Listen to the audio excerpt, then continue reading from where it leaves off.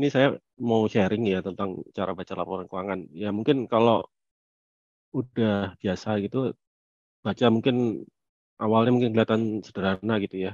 Tapi nggak apa lah, nanti mungkin ada teman-teman yang belum biasa. Karena kenyataannya waktu saya di Instagram gitu ya, misalkan saya suka sharing post-post tuh lumayan banyak juga pertanyaan yang sangat basic gitu. Jadi saya coba mulai dari awal. Apa nggak mau gerak? Nah, oke. Jadi ini basic banget ya. Laporan keuangan itu adalah laporan akuntansi yang merangkum aktivitas bisnis suatu perusahaan selama kurun waktu tertentu. Jadi ada yang tahunan, ada kuartalan. Jadi itu laporannya yang ya sifatnya dia yang terkait sama transaksi ya, keuangan ya. Dan itu pun ada apa ya, kayak semacam norma gitu ya. Berapa yang dianggap signifikan sehingga bisa masuk dalam laporan keuangan. Ya itu ada kaidah-kaidahnya gitu. Itu kalau di Indonesia pakai PSAK. Tapi saya nggak mau terlalu dalam masuk ke situ, jadi pengen pengen langsung semua ya. Soalnya nanti saya juga mau langsung ke study case-nya, pengen lihat kalau realnya itu seperti apa sih prakteknya kalau baca gitu. Nah ini persamaan dasar akuntansi. Oke, sebentar. Nah ini persamaan dasar akuntansi, cuman saya tambahin sedikit ya biasanya. Nah ini eh dari kalau kita tahu itu kalau kalau kalau kita di neraca terutama ya balance sheet itu kita punya aset itu sama dengan liabilities tambah equity atau aset sama dengan kewajiban tambah modal. Ini sebenarnya secara filosofi itu gimana sih gitu ya. Jadi gini, kalau kita bikin satu perusahaan itu kan kita butuh modal ya. Modalnya itu ntar aku kasih pointer. Kita itu modalnya itu bisa berupa modal sendiri, ekuitas. Misalkan kita butuh modal 100 juta gitu katakanlah ya untuk bikin apa gitu, toko apa-apa gitu. Kita misalkan modal cuma punya 60 juta, itu modal sendiri masuk ke equity. Terus kita pinjam 40 juta. Ya itu artinya total kita dana yang bisa kita gunakan untuk membangun bisnis itu 60 modal sendiri plus 40 dari pinjaman. Itu 100 juta totalnya. 100 juta itu nanti akan jadi aset semuanya pasti. At least kalau belum diapa-apain juga kan masih dalam bentuk cash di sini, aset. Itu cash. Nah, sorry nih. Aku kadang-kadang agak-agak tak stop dulu sebentar ya, soalnya. Oke. Nah, kalau itu ini akan terus berjalan terus ya persamaan ini ya. Artinya eh, nanti setelah bisnisnya berjalan itu nanti misalkan kita di ekuitas ini modal sendiri itu nanti ada capital contribution itu waktu modal awal kita tadi katakanlah yang 60 juta tadi untuk modal awal. Nah, kalau untung itu dia nanti ada keuntungan itu nanti akan masuk ke ekuitas kalau tidak dibagikan sebagai dividen. Artinya kalau dia misalkan dia dari 100 juta itu dari 100 juta itu 60 juta modalnya itu dia bisa katakanlah untung 10 juta gitu ya per tahun. 10 juta per tahun gitu. Terus dia nggak bagi dividen 2 juta gitu. Berarti 8 juta itu akan nambah ekuitas, equity di sini, return earning. Ya. Nah ini penjelasannya mungkin di bawah ya. Saldo yang ditahan tahun lalu ditambah keuntungan tahun ini, terus ditambah current year withdrawal. Withdrawal ini dengan kata lain adalah dividen. Ini minus mestinya ya, bukan plus ya. Dikurangin current year withdrawal, itu jadinya return earning yang akan masuk nambah equity. Jadi equity-nya nambah itu 60 juta, tadi udah diambil, terus untungnya 10 juta. Terus udah dibagian bagi dividen 2 juta, misalnya 8 juta itu return earning. Berarti modalnya sekarang kita yang equity-nya jadi 60 plus 8 juta, 68 juta. Ya simpel itu aja sih. Kalau di kita baca laporan keuangan ya, itu nanti akan kelihatan kalau udah biasa baca. Lanjut.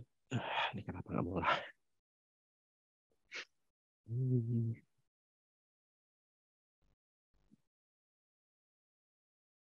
nah, nah, agak lambat memang. Ini ada beberapa macam laporan keuangan itu ya. Biasanya kalau sekali baca itu itu kita punya ada ini.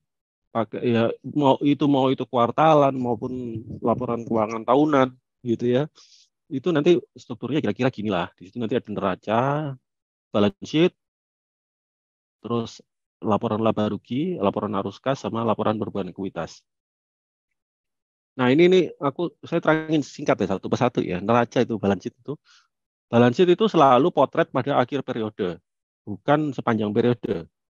Jadi mau asetnya bergerak dari 50 ke 70, tapi kalau terakhirnya dia pasti catat misalkan akhir tahun itu 100, ya udah 100 itu yang masuk ke neraca. Itu balance sheet itu kayak potret. Kita motret pas akhir tahun. Klik. Oke, itu nilainya segitu pas akhir tahun. Aset dan kewajiban. Ini sama seperti yang persamaan pertama. Itu nanti isinya seperti itu kira-kira. Kemudian yang kedua, nah ini mungkin paling sering dilihat kalau sama teman-teman awal kan, itu laporan laba rugi. Di situ kita akan lihat kita dapat sales kita berapa, penjualan berapa, kita harus bayar biaya operasional berapa, sisa keuntungannya berapa. Intinya itu aja sih kalau income statement itu. Kan biasanya teman-teman langsung lihat ya, net income-nya berapa, terus IPS-nya berapa gitu. Kan langsung gitu.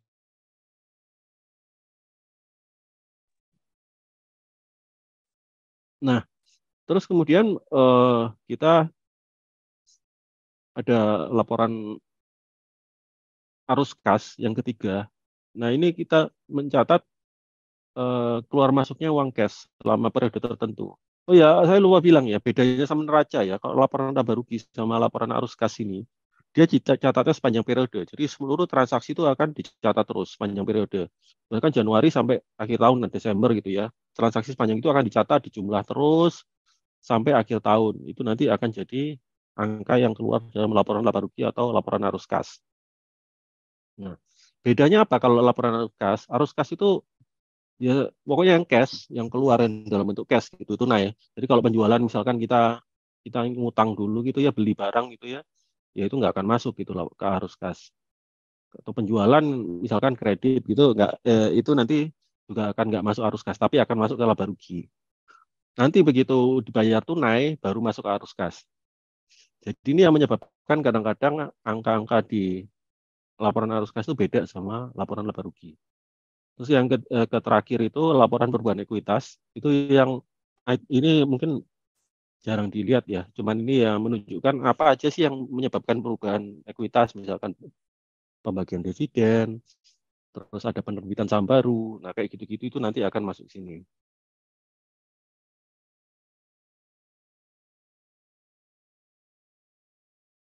Eh,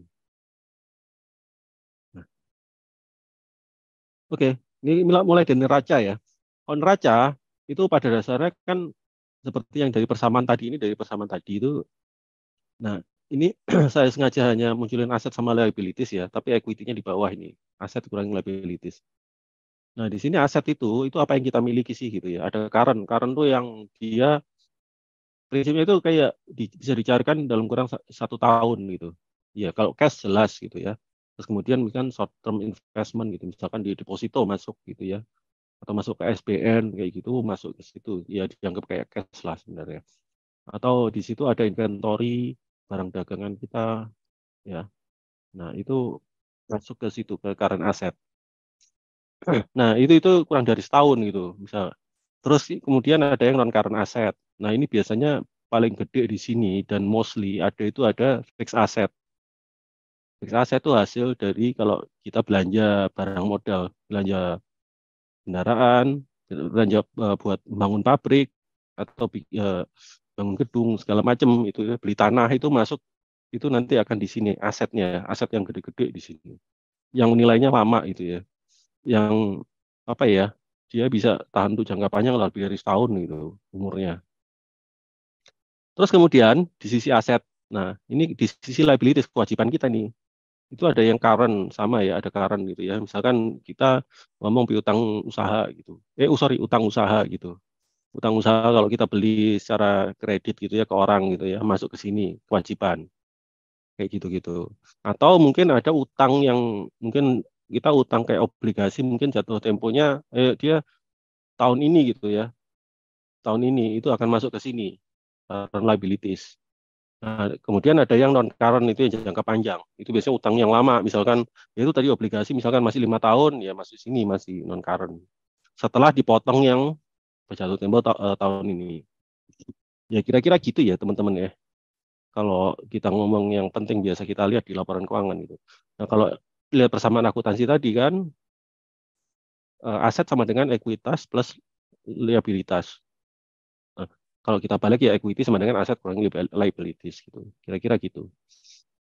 Ya dalamnya equity itu apa sih? Di dalamnya ekuitas ya jelas modal kita pertama kali kita setoran gitu ya modal awal terus return earning bertambah terutama yang paling gede itu sih isinya dari ekuitas itu. Nah, kalau ini laporan laba rugi sepintas saja ya. Kalau kita lihat itu kan tadi kan pada prinsipnya itu adalah revenue atau sales. Kalau mungkin kadang kalau teman-teman awal-awal banyak bingung ya. Revenue itu biasa itu sama kalau setara dengan sales atau revenue itu pendapatan, kalau sales itu penjualan. Kalau revenue itu biasanya kalau perusahaan jasa, dia revenue namanya. Kalau dia jual barang biasanya namanya sales di sini. Jadi asal jangan ketukar ya antara revenue pendapatan sama laba. Laba itu earnings atau income. Nah, itu beda. Nah, ini kalau revenue belum dikurangi sama biaya-biaya macam-macam gitu ya. Terus kemudian di bawahnya ada cost of goods sold atau HPP, harga pokok penjualan. Nah, ini biaya langsung yang terkait sama untuk bisa menghasilkan penjualan itu. Ya, misalkan kalau kita jualan barang gitu, ya, produk itu waktu manufakturnya pembuatannya itu biasanya masuk ke HPP. Termasuk pekerjanya kalau memang dia yang bekerja yang buat langsung itu. Nah, itu nanti akan dikurangi gross profit. Terus ini malah lebih basic daripada Pak Ngurah tadi ya, tapi nggak apa-apa lah. Kebalik ya. Nah, terus ada SGA ini GA lah kalau teman-teman kalau biasa itu kalau di perusahaan itu apa umum lah eh, pengeluaran umum ATK segala macam gitu ya gaji karyawan itu masuk SGA expense atau biaya marketing sales sales and general and administrative ya expense. Kalau sales and marketing jelas lah itu biaya promosi gitu ya biaya untuk promosi untuk marketing sama salesnya. Kemudian administrasi ya administrasi umum di kantor gitu ya biaya gaji biaya bensin, listrik, segala macam itu masuk ke GNE, General Administrative Expenses. Nah itu kalau saya sendiri sebenarnya suka kalau ngomong namanya laba operasional itu biasanya saya langsung ngurangin dari gross profit ke SG expense gitu. Jadi take out yang aneh-aneh yang lain dulu. Jadi benar-benar itu yang terkait sama operasionalnya. Nah itu nanti setelah kita kurangin itu namanya operating profit. Tapi kadang memang ya sebenarnya kadang ada penghasilan lain-lain, biaya lain-lain masuk jadi operating profit juga ada yang hitung seperti itu. Ya itu kalau saya sih prefer cuma yang ini yang masuk sih sebenarnya gitu. Nah eh, kalau yang COGS tadi kan adalah biaya ini jadi lupa poin terbilang. COGS itu kan biaya langsung untuk produksi. Kalau SG expense itu kan nggak langsung ya, artinya dia untuk produksi dia nggak terkait langsung produksi itu namanya biaya nggak langsung gitu ya, dia tidak langsung. Nah, kalau kita kurangkan yang gross profit tadi sama ini namanya operating profit. Jadi operasional kita itu untung apa enggak itu kelihatan dari sini. Terus kemudian kita turun lagi kurangi dengan biaya interest expense gitu ya, biaya beban bunga. Di sini ada penghasilan keuangan juga kalau kita taruh deposito gitu ya, dapat bunganya itu masuk sini gitu. Eh, macam-macam. Nah, kadang-kadang forex juga, forex gain loss itu masuk di sini juga. Wah, segala macam pokoknya yang masuk di sini selain operasional pokoknya. Jual aset lah, itu masuk di sini gitu. Keuntungan dari jual aset maksudnya, sorry, keuntungan dari jual aset gitu ya, masuk sini gitu. Jadi memang kita harus perhatikan baik-baik itu di sini. Ini itemnya suka ada yang macam-macam di sini gitu. Nah itu baru nanti turun lagi setelah dikurang-kurangin segala macam itu jadi laba sebelum pajak, profit before tax. Mungkin kurang pajak jadi laba bersih. Nah makanya kalau kita lihat laba bersih itu memang harus hati-hatinya di situ gitu. Karena terutama item yang di bawah operating profit ini itu biasanya ada kalau suka ada yang macam-macam gitu ya. Kalau saya sih biasanya suka take out gitu ya. Kalau ada kayak gitu biar lebih bersih lah kita bandingin dari tahun ke tahun. Oke, kalau laba bersih kira-kira gitu ya. Nah, kemudian kalau cash flow itu ada 3 bagian. Eh, yang pertama itu cash flow from operating activities.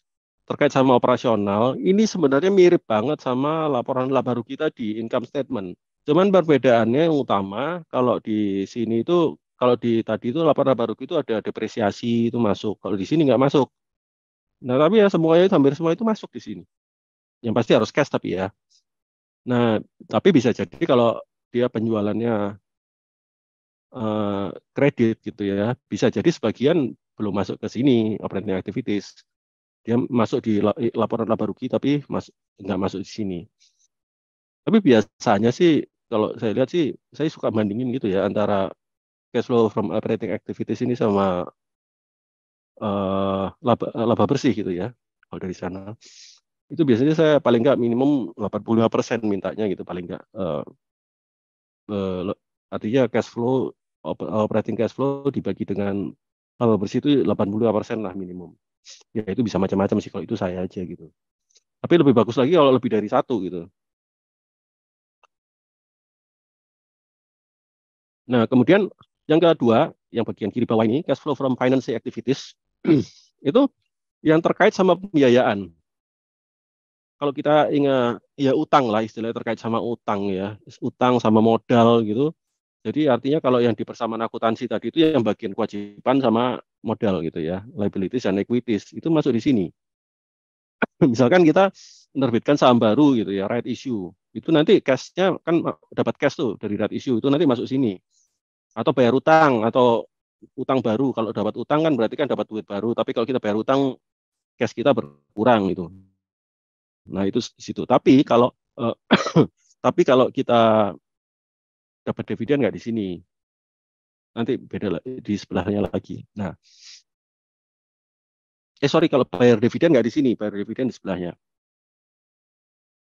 Balik ya. Kalau financing itu, bayar dividen masuk di situ. Aku jadi kebalik-balik. Jadi misalkan kita terkait sama financing lah. Kalau kita bayar dividen juga masuk ke financing. Sorry, aku sorry banget. Kalau bayar dividen itu masuk ke financing. Ya, tapi kalau dapat dividen dari usaha itu nggak masuk sini. Nah,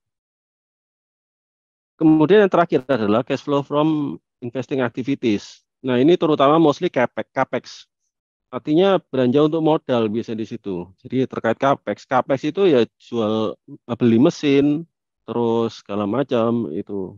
Ya kalau jual-jual itu juga ya jual apa? Aset itu juga masuk sini juga gitu sebenarnya. Masuk sini juga cash flow from investing. Terutama terus kalau kita dapat dividen, kalau kita misalkan punya apa usaha gitu ya, usaha lain, anak usaha atau segala macam itu biasa masuk sini dividennya nanti di sini cash flow from investing activities.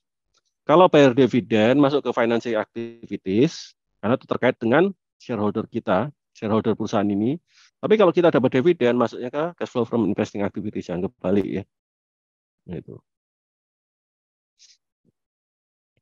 Terus kemudian laporan perubahan ekuitas ini memang jarang dibaca nih. Jadi artinya di sini tuh memang apa yang menyebabkan perubahan ekuitas. Kalau kita lihat di sini salah satu contoh di sini ya, itu ini singkat aja ya, nggak detail sampai hitungannya gimana-gimana.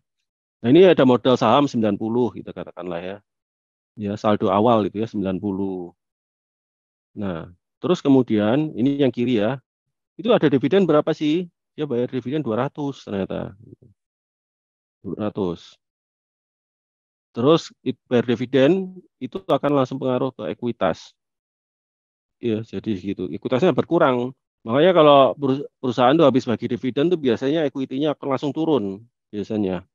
Biasanya jadi artinya kalau bayar dividennya biasanya kan kuartal pertama ya, pertama kedua gitu. Nanti coba dilihat aja equity-nya biasanya turun itu sementara. Tapi nanti naik lagi kan ada keuntungan baru lagi 200. Terus kemudian saham treasury ya gitu. Kalau misalkan dia baru buyback gitu ya. Ini kalau ini perusahaan ini ya kalau kita lihat ya, dia dulu pernah buyback 30, katakan 30 juta lah biar ngomongnya enak ya, 30 juta gitu. Terus kemudian nambah lagi tahun ini 10 juta, dia buyback lagi 10 juta nilainya. Nah, itu nanti akan pengaruh mengurangi ekuitas. Jadi adanya saham treasury, hasil buyback itu akan mengurangi ekuitas. Nah, itu. Jadi terus eh, jadi ini total penghasilannya ini anu laba bersih sebenarnya ya. masuk sini. Penghasilan komprehensif 450. Nah, itu labanya. Artinya kalau ada laba itu dia akan nambah ekuitas. Jadi apa aja yang pengaruh ke dividen, saham treasury sama laba. Tapi bisa ada juga tambahan modal di setor. Tapi kebetulan kan nggak setiap tahun juga perusahaan itu right issue gitu ya nih. Kalau ada right issue dia nih akan masuk di sini nanti ada item satu lagi tambahan modal itu right issue hasil right issue berapa gitu. Jadi artinya nanti dari total dari ekuitas awal 1.910 dikurangin dividen 200, kurangin saham treasury 10, tambah laba 450 jadi 2150. Ya kira-kira ngitung gitulah. Ini apa yang menyebabkan perubahan ekuitas gitu. Jadi kadang-kadang kalau kita lihat ya, kalau teman-teman misalkan ada perusahaan yang misalkan dia bagikan total labanya sebagai dividen gitu, 100%, dia ekuitasnya nggak akan nambah. Jadi bisa aja kelihatan dia pertama yang kelihatan kalau dividennya gede itu yang pasti biasanya yieldnya gede ya, dividen yieldnya gede. Kita kerasa senang itu dapat dividen gede. Tapi ekuitasnya nggak nambah, bisa jadi. Ya, teman-teman kalau udah pengalaman pasti tahu lah perusahaan apa yang seperti itu sering ya, sering mendekati 100%. Jadi ROI-nya tinggi banget gitu ya. Ya, karena ekuitasnya nggak naik, labanya naik terus, ya mungkin naik gitu ya, dikit-dikit gitu ya. Tapi ekuitasnya nggak nambah, sehingga ROI-nya, return on equity-nya itu tinggi banget itu. Nah, kira-kira gitu. Nah, ini yang penting juga, tapi ini bisa kemana-mana kalau saya bahas ini gitu ya. Catatan atas laporan keuangan, ini penting banget. Ini harus dibaca teman-teman. Ini terutama kalau misalkan kita ada yang nggak jelas gitu ya atau butuh breakdown gitu. Bisa dari misalkan dari eh, penjualannya apa aja sih? Itu ada di catatan atas laporan keuangan. Produk apa aja sih yang dia jual gitu ya, segmen-segmen usahanya. Nah, ini kalau kita lihat di sini ya umum itu ada sejarah pendirian perusahaan, susunan entitas anaknya. Jadi dia tuh strukturnya gimana sih perusahaannya. Sama satu lagi saya lupa di sini ada kebijakan keuangan, kebijakan akuntansi di situ. Itu penting. Kayak tadi Pak Ngurah bilang umurnya berapa tahun ada di situ gitu, depresiasi buat umur asetnya gitu. Di sini ada kita bisa lihat.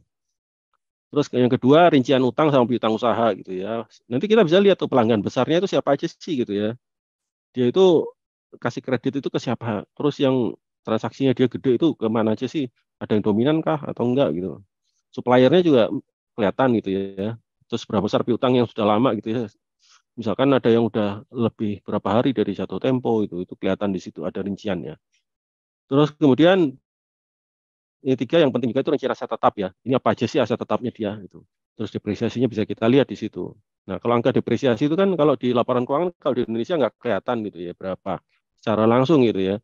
Kita bisa lihatnya di catatan atas laporan keuangan. Di situ udah ada summary depresiasi itu tahun itu berapa gitu ya. Biasanya depresiasi ditaruh di COGS, HPP sebagian. Terus kemudian nanti ada di SG expense juga ada di total nanti. Itu nanti berapa depresiasi totalnya tahun itu.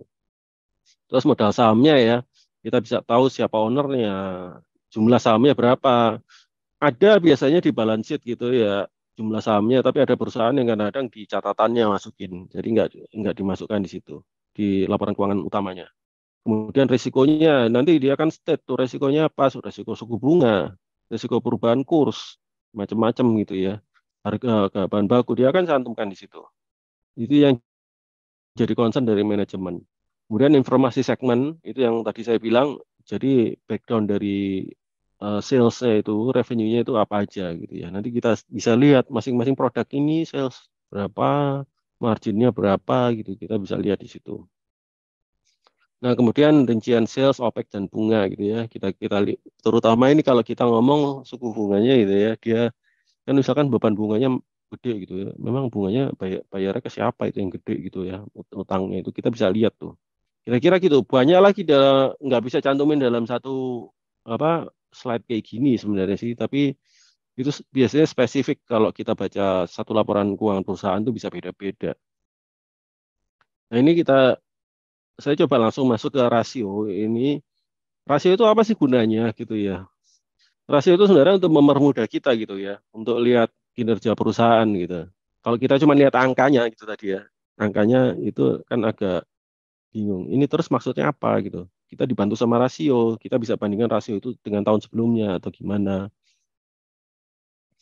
Nah, ini pada dasarnya itu ada 5 yang besar gitu ya. Kalau kita bagi likuiditas, rasio liquidity ratios, itu kita lihat berapa liquid gitu ya. Biasanya terkait sama current asset ya, aset lancar kalau bahasa Indonesianya, sama sama current liabilities, kewajiban lancar.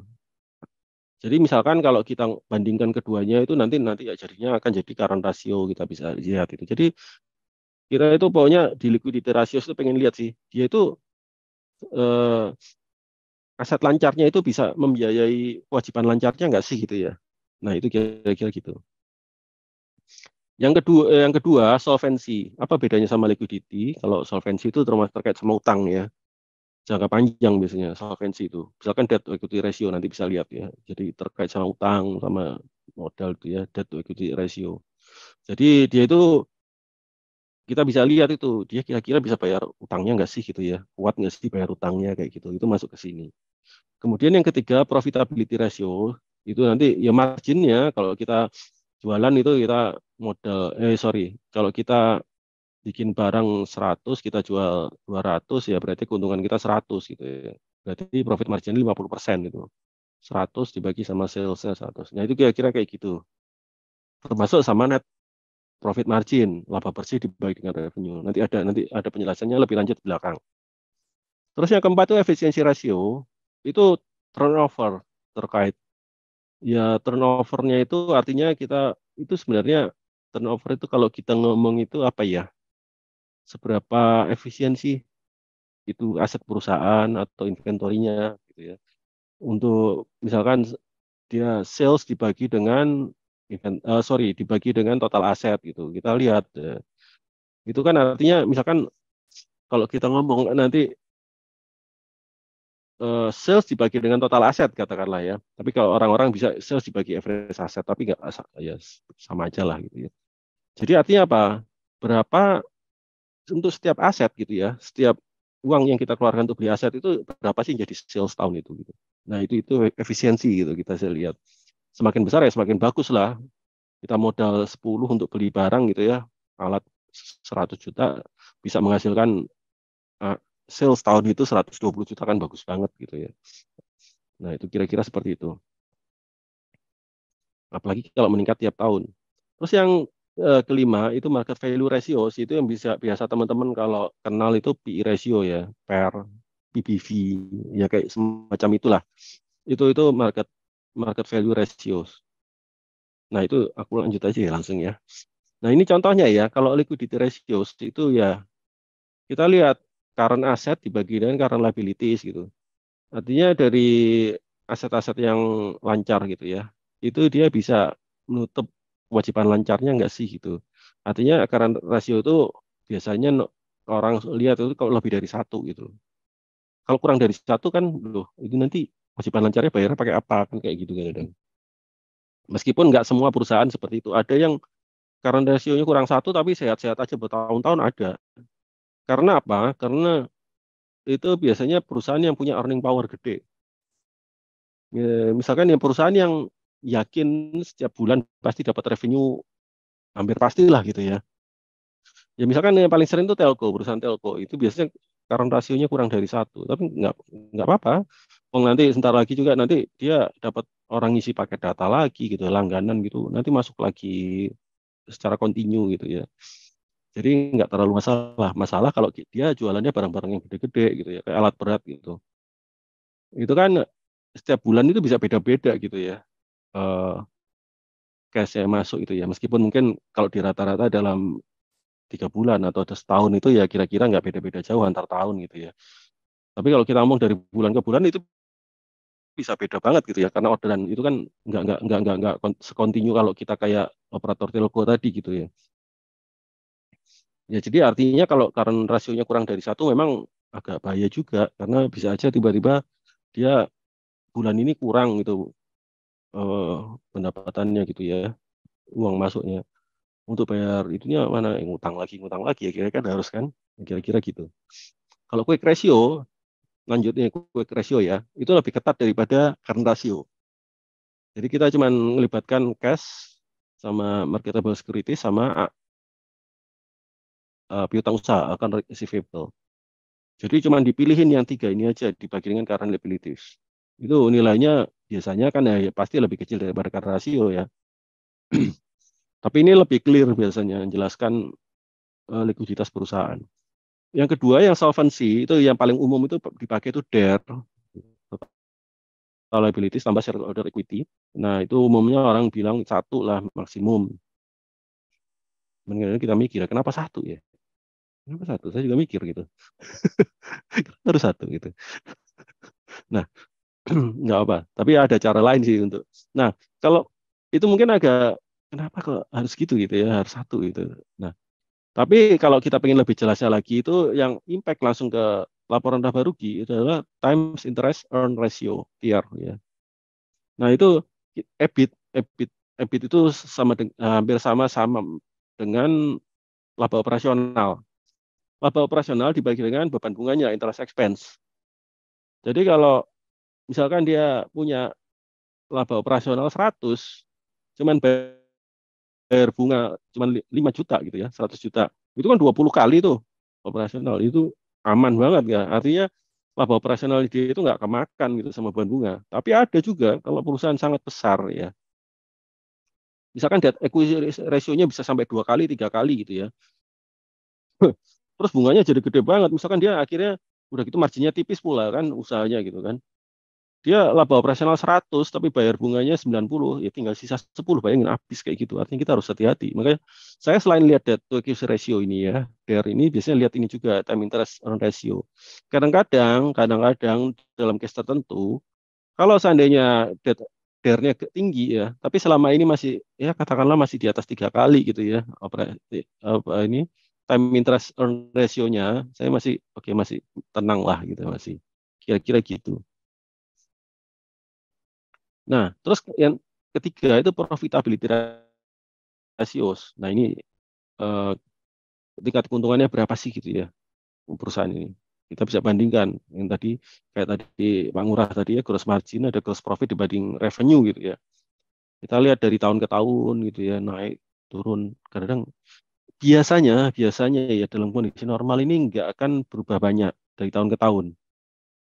Tapi mungkin akan berbeda kondisinya pada saat waktu contohnya waktu kemarin ya waktu perang Rusia Ukraine itu. Itu kan komoditasnya pada naik semua itu.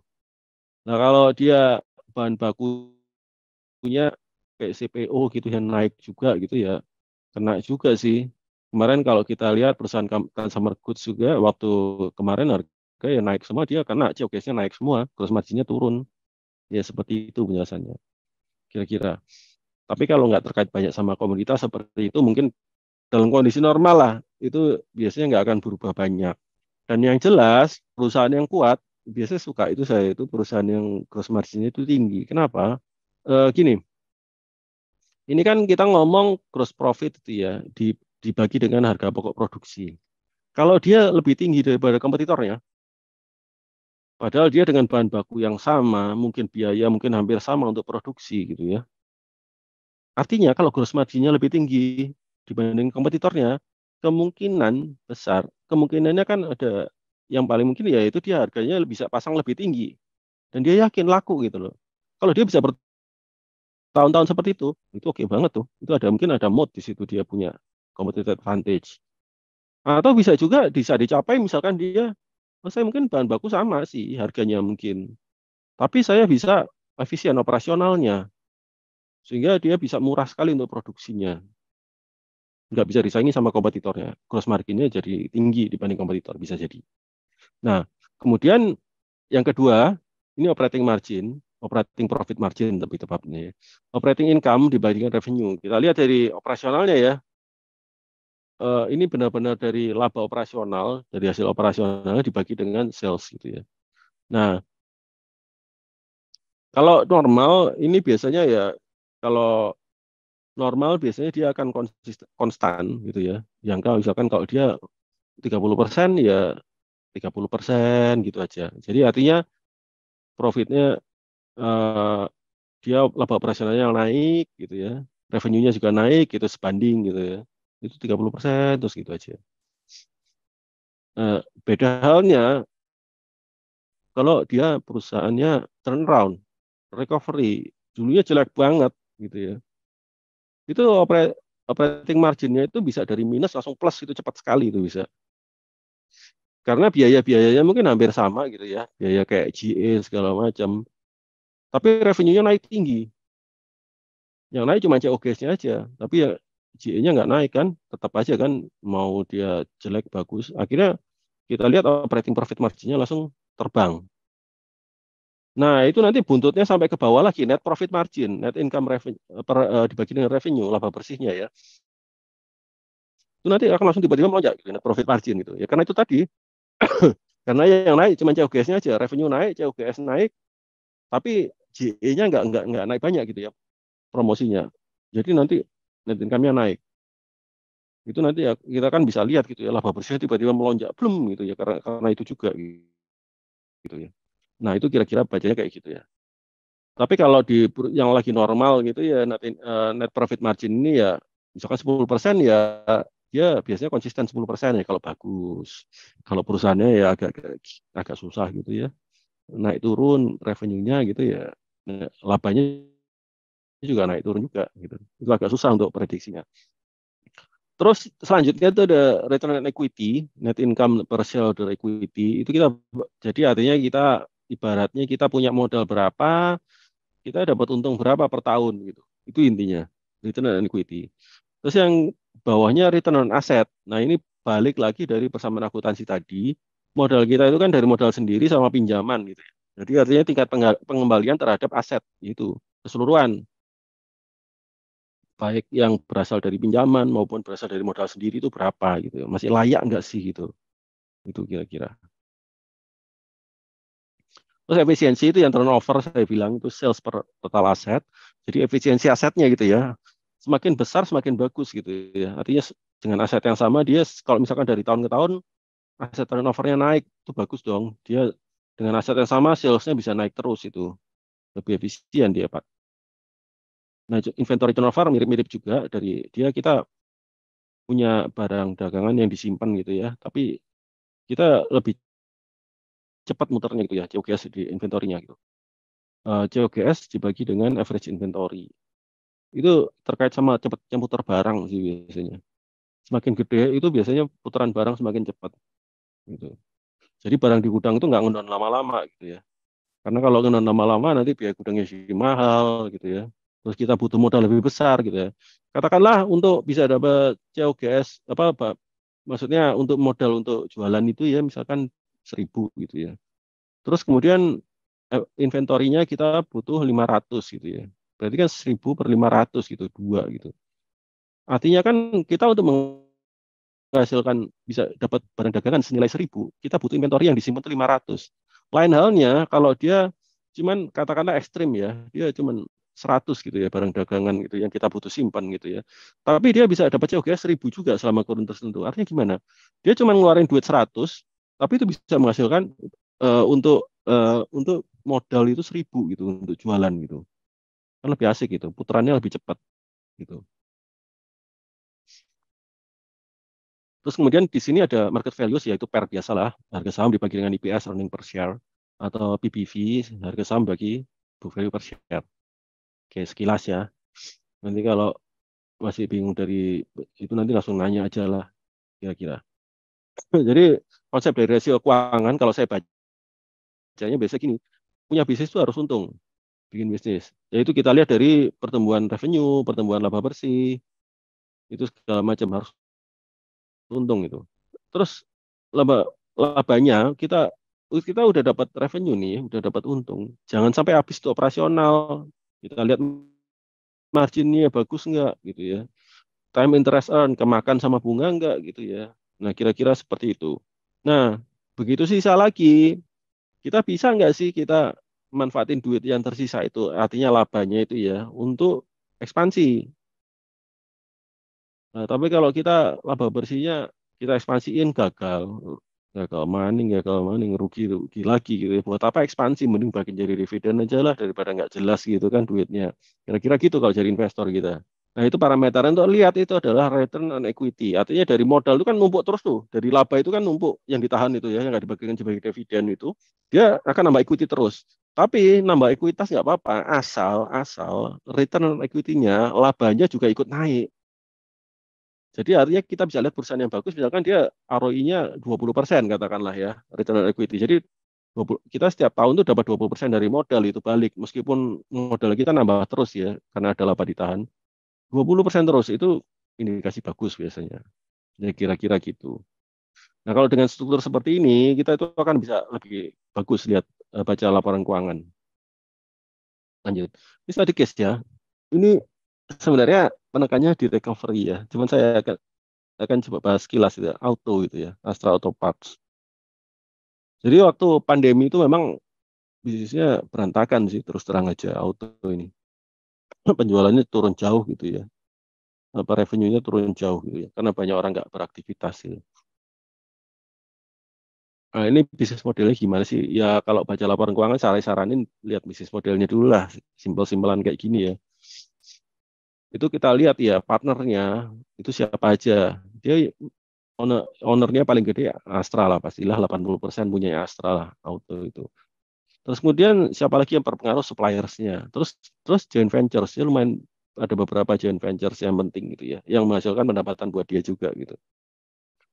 Terus kemudian aktivitasnya apa sih? Produksi, distribusi, dan penjualan komponen otomotif. Sumber dayanya apa? Dia punya pabrik untuk bikin. Dia punya supply chain. Dia punya network untuk itu ya. Terus sama sumber daya manusia yang jelas. Terus value-nya apa sih yang ditawarin gitu ya dari dia itu? Jadi dia nawarin beragam pilihan komponen otomotif dengan harga yang bersaing. Itu saya ngambil dari laporan tahunan gitu. Itu dia gitu. Terus sama customer-nya hubungannya gimana? Ada technical support, after sale service gitu ya. Kayak biasanya kalau kayak di apa? Contohnya itu saya suka beli Aki ya, yang nggak sponsorin sih di Shop and Drive itu ya punya dia tuh kan. Itu Aki itu biasanya ada garansinya, kita harus kontrol gitu ya setiap berapa bulan supaya garansinya nggak angus gitu. Ya itu satu bentuk dari after sale service seperti itu dari dia. Terus distribution channel itu dia ada retail, shop and drive, outlet, dan aplikasi dealer. Itu saya nggak ngerti kalau aplikasi dealer, yang ngerti kan cuma dealer-dealer aja ya. Nah gitu. Itu nanti dia akan supply ke sana untuk spare parts-nya. Dia ada customer segmentnya itu ada OEM, gitu ya.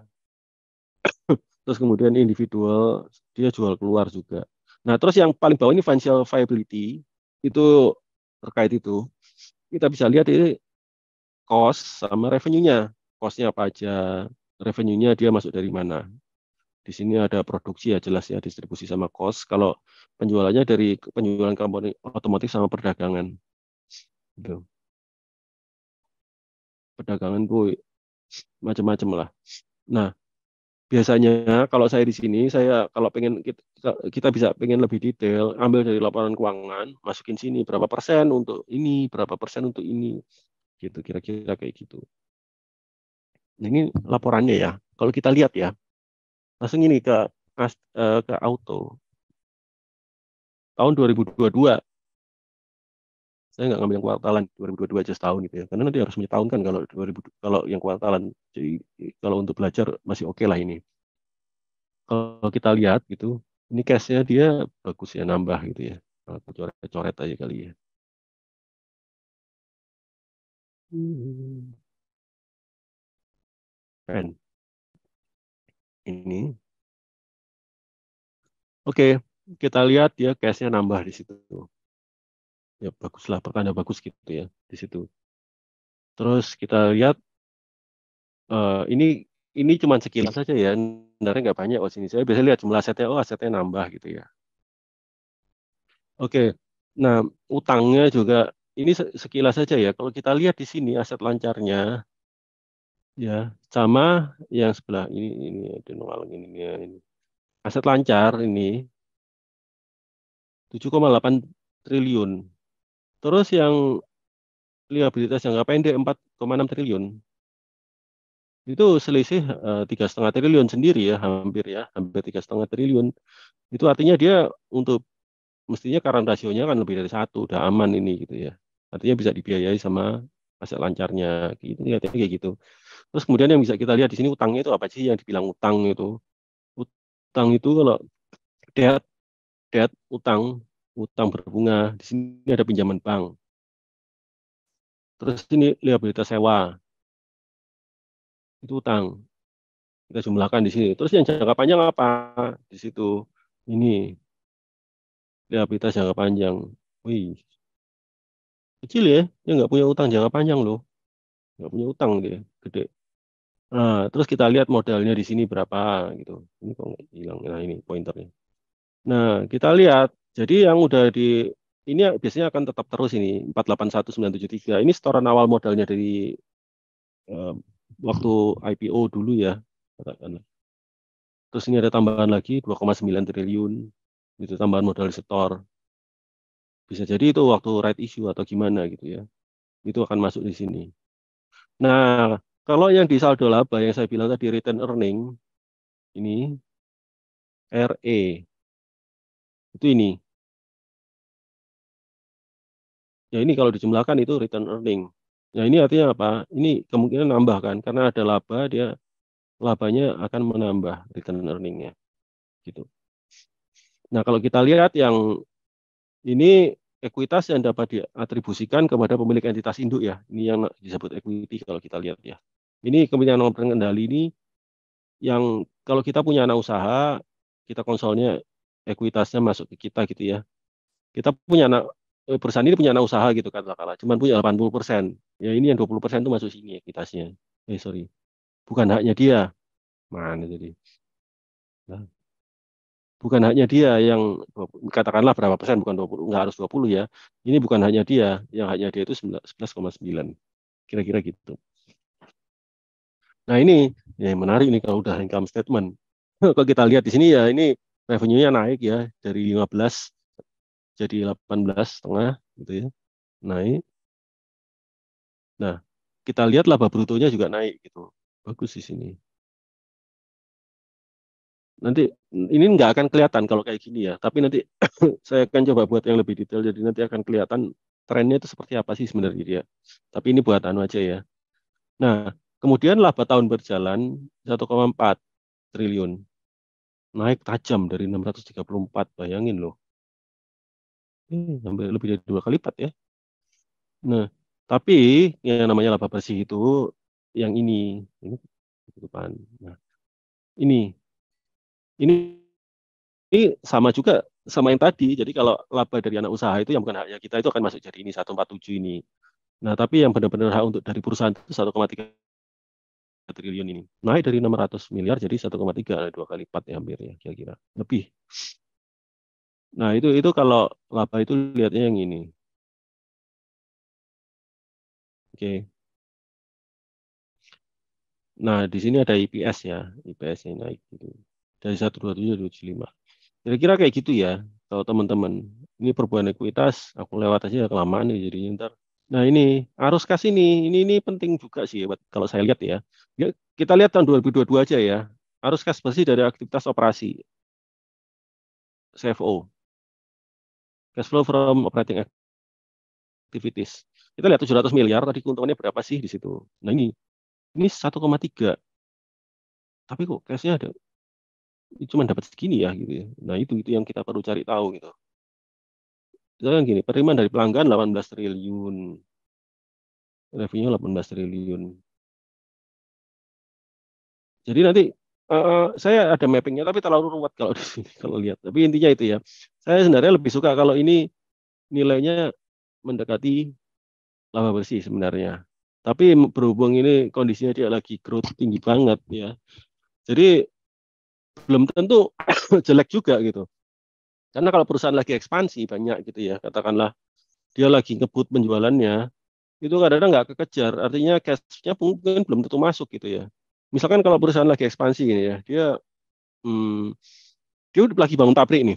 Pabriknya baru operasi mungkin 50% kapasitasnya untuk produksi. Padahal dia revenue-nya dapat dari 50% itu kan. Tapi masalahnya OPEX-nya kan udah jalan terus. Nah, itu yang bikin beda sering. Jadi dari cash flow-nya itu, dari kayak gitu-gitulah.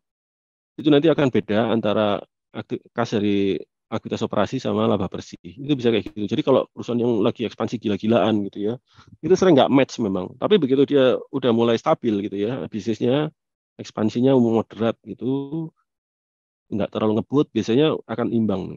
Nah, itu makanya kita harus lihat selama berapa tahun itu kita lihat, bandingkan jumlah total CFO-nya dibandingkan jumlah total labanya itu berapa rasionya.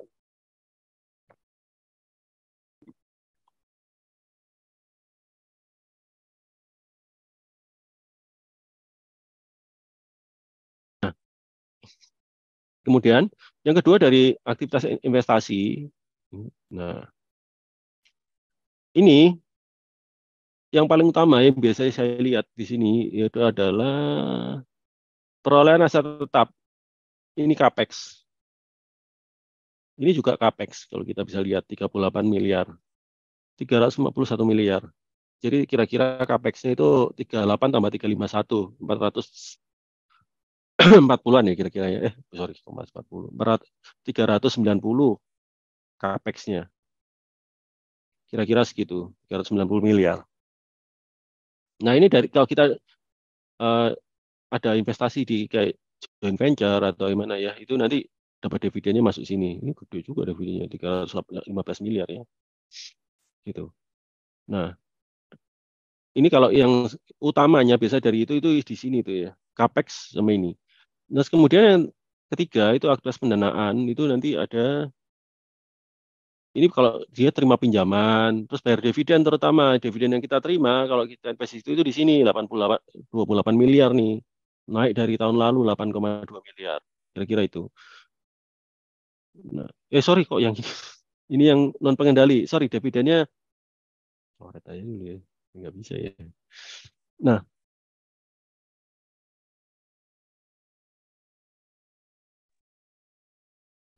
nggak usah nggak apa-apa. Sorry, dividennya yang ini. Pembayaran dividen tunai kepada pemilik entitas induk. Ya, oke. Sini 298 miliar, naik dari 127 miliar. Sorry, sorry, aku salah lihat tadi. Kira-kira gitu ya, kalau untuk baca laporan arus kas. Nah, ini rasio-rasionya, teman-teman bisa hitung sendiri sebenarnya. Kalau dari tadi yang, nanti mungkin kalau dibagikan nanti bisa hitung sendiri. Karena rasionya 1,68, oke kan, bagus. Quick rasionya 1,01, itu bagus juga. Terus, terus kita lihat DER-nya 0,46 cuman, kecil. Nah, ini yang saya bilang, dari time interest ratio-nya itu dia 27 kali. Artinya bunga untuk bayar laba operasionalnya yang kepakai buat bunga itu cuma 34 miliar dari 900, 27 kali lipat. Jadi aman, relatif aman. Gross marginnya memang tipis, karena distribusi dia ya, cuma 14,5%. Ini tipis, termasuk tipis. Operating marginnya 5,1%, net profit marginnya 7,1. Nah, ini ada apa di bawahnya? Nanti akan kita, itu kalau kita lihat ya, kenapa kok laba net profit marginnya lebih gede daripada operating margin? Karena dia itu punya ini. Kita lihat ya di sini ya. Kalau saya ngitung itu biasanya itu laba bruto dikurangi beban penjualan sama administrasi ya, di sini. Nah, ini yang bikin gede laba bersihnya itu di sini adalah ini. Dia ada joint venture banyak. Untungnya dari joint venture sendiri 696 miliar sendiri masuk ke sini gitu. Itu nggak saya hitung sebagai operasional sih memang tadi itu. Makanya kelihatan di sini eh, kenapa net profit marginnya lebih kecil daripada lebih gede daripada operating profit marginnya. Karena ada tambahan 600 700 miliar sendiri. Gitu kira-kira. Oke, ini kita lihat gitu ya. ROE-nya 11,1%, ROA-nya 7,2, kecil ya. Tapi kalau dulunya lebih kecil lagi gitu. Karena ini kita case-nya turnaround, habis recovery. Aset turnover-nya 1,05. Ini nggak ada artinya sebenarnya kalau kita lihat cuman kayak gini gitu. Kalau kita lihat itu jangka panjang gitu mestinya lebih bagus. PI-nya waktu itu 5,31. Sekarang kayaknya udah naik deh. 0,59 PBV-nya. Nah ini, saya coba bahas dari trennya ya. Angka-angka tersebut tuh lebih bunyi kalau kita ngomong trennya. Ini kita lihat di sini, ini basicnya dulu. Kita lihat, ini laba bersih yang biru, terus harga sahamnya yang orange. Orange apa kuning? Ya, whatever lah. Nah, kita lihat di sini, dia sempat anjlok waktu pandemi. Dia sempat anjlok waktu pandemi. Q1 2020. Laba bersihnya langsung anjlok. Plus, harga sahamnya duluan anjlok. Tapi entah kenapa dia masih stagnan, nggak terlalu turun sebenarnya harganya. Tapi dia di Q1 2021, Q2 sorry, mulai recover, recover. Ini bahkan sempat minus ya, dapat rugi tuh di sini. Ini berarti Q2, ini Q2 ya kira-kira ya. Q2, Q3, 20 Q1, Q2, Q3. Kira-kira Q3 ya di sini ya. Di Q3 2020 dia sempat minus labanya. Tapi ini TTM ya, trailing 12 months ya. Jadi artinya 12 bulan ke belakang. Cara ngitungnya biasanya saya misalkan di Q1 gitu ya. TTM Q1 gitu ya.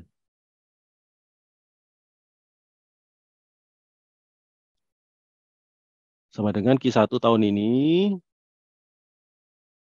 ditambah full year